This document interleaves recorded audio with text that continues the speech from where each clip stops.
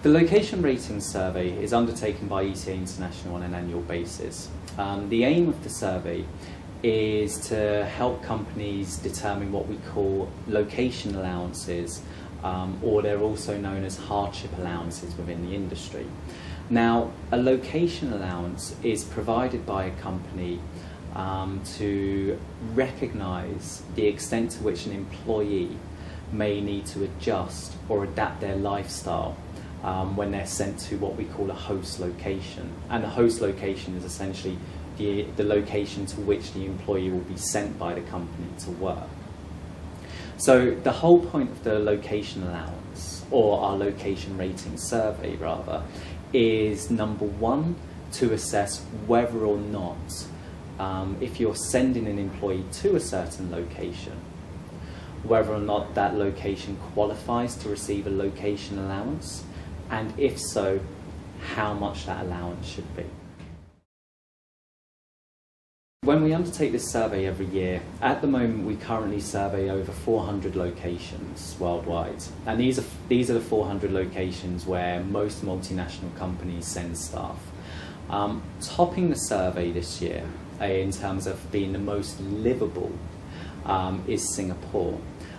Behind Singapore, in terms of the Asian locations which we surveyed, is then number 2 being Kobe and number 3 being Hong Kong.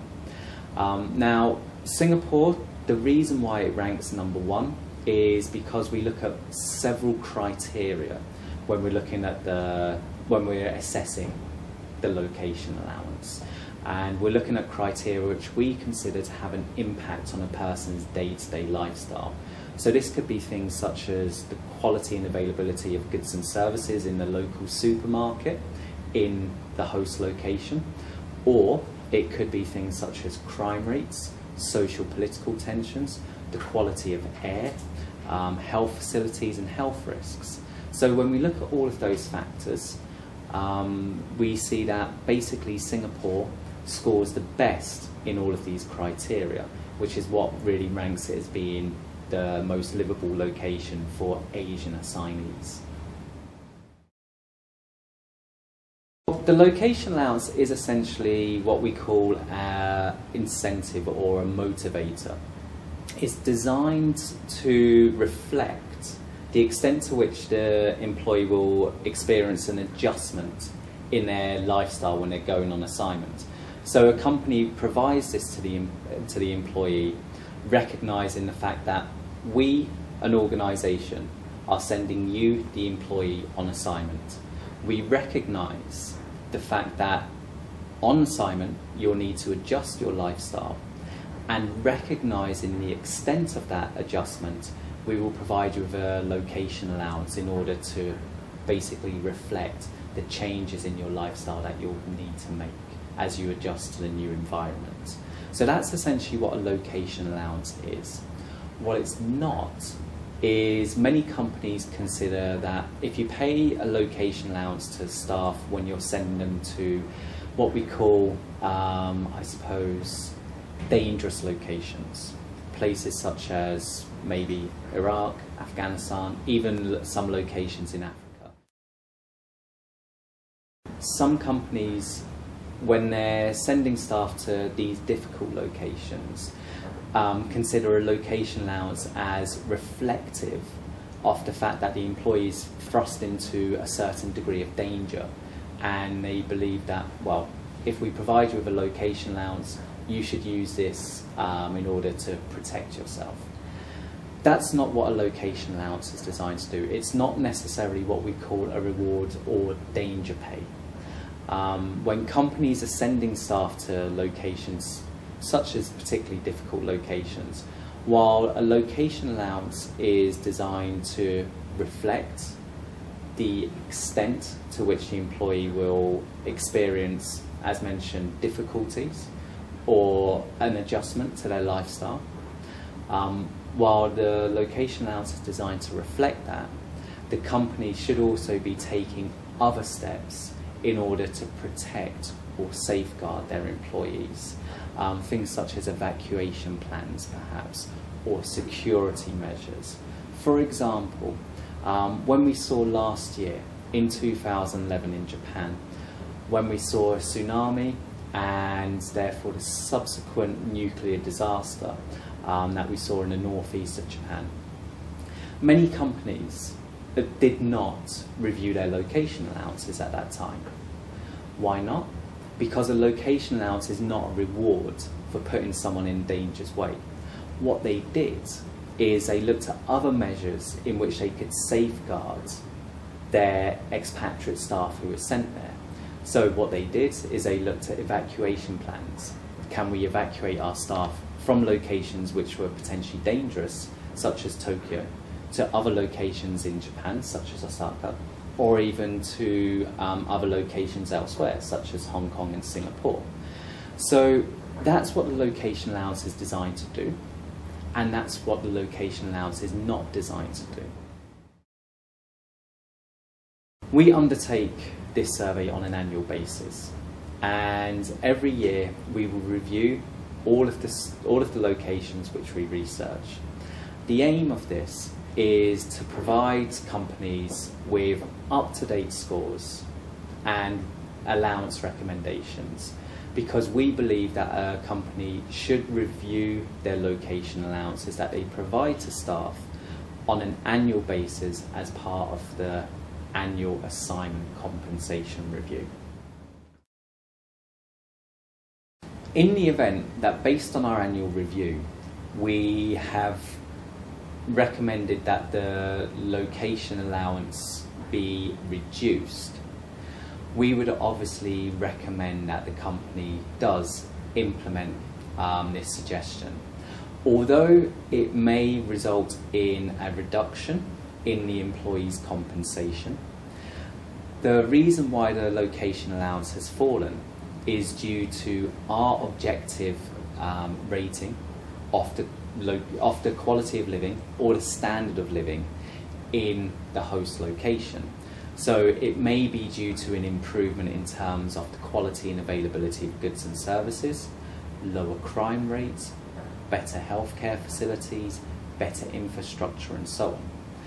So if that's the case, if there has been an improvement in the host location, it means the extent to which the employee will need to adjust their lifestyle will obviously reduce, and therefore the employee does not need such a high location allowance anymore.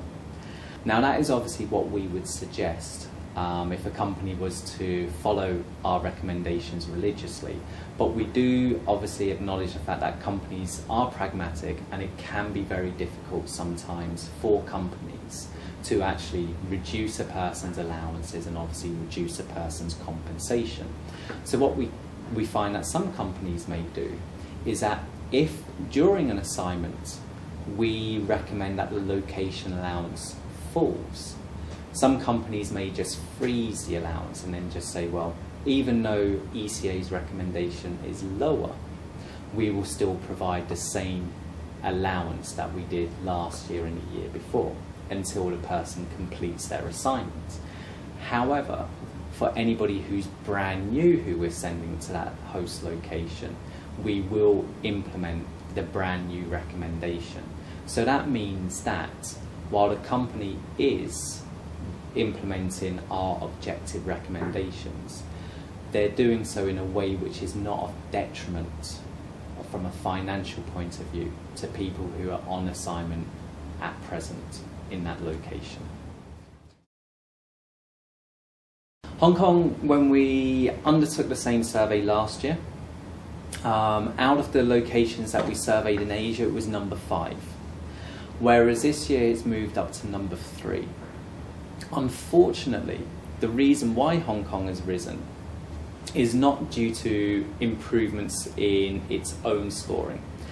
It is actually due to relative movements, and it's due to the fact that, owing to the impact of the natural disaster that we saw in Japan in 2011, several locations in Japan have actually fallen down our rankings. 2 of these, Tokyo and Yokohama, which were previously higher than Hong Kong, have now fallen. So Hong Kong's rise has not been due to an absolute improvement in its score, but it's more due to the relative nature of the ratings and the fact that other locations have actually deteriorated or fallen down our rankings in the last 12 months.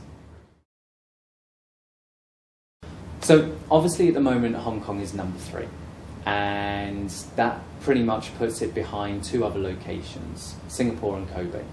Will it move any higher? Well, we really need to look at the difference between the score for Hong Kong and the score for Singapore. And in most criteria, they score similarly. For example, crime rates here in Hong Kong are as low as, or if not, almost as low as they are in Singapore.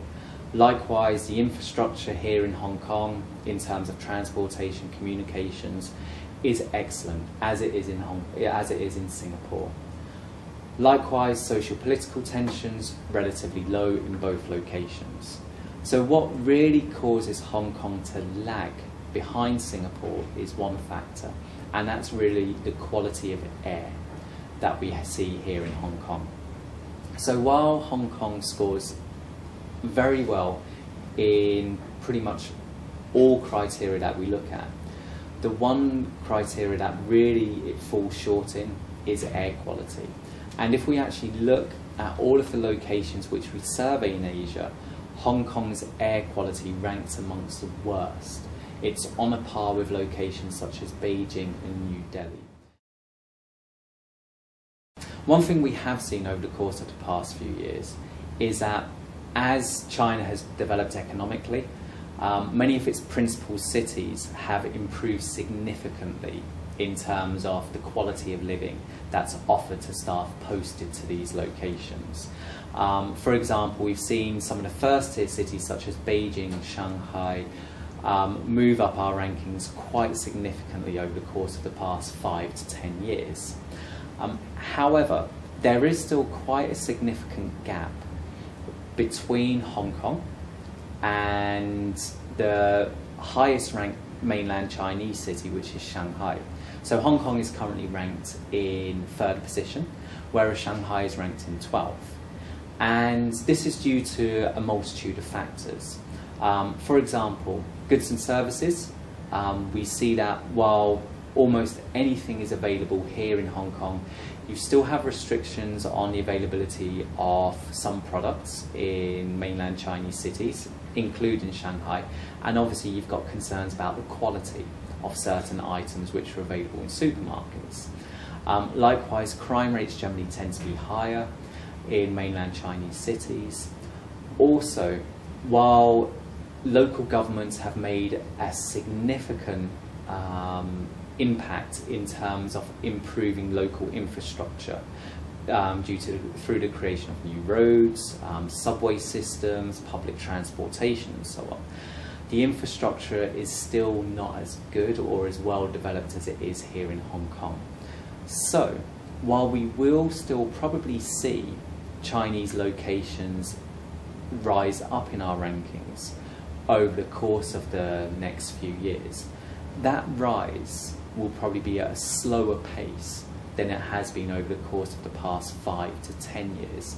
So while we will see that there will be a narrowing of the gap between Hong Kong in 3rd place and Shanghai, for example, which is presently in 12th, that gap, while it may narrow, will probably do so on a relatively slow progression over the course of the next few years. So we do believe that Hong Kong will still retain its rank as offering international assignees a much better quality of living in comparison to its competing mainland Chinese counterparts over the course of the short to medium term. We look at not only whether or not the location will qualify for an allowance, but the actual value of the allowance. So obviously the greater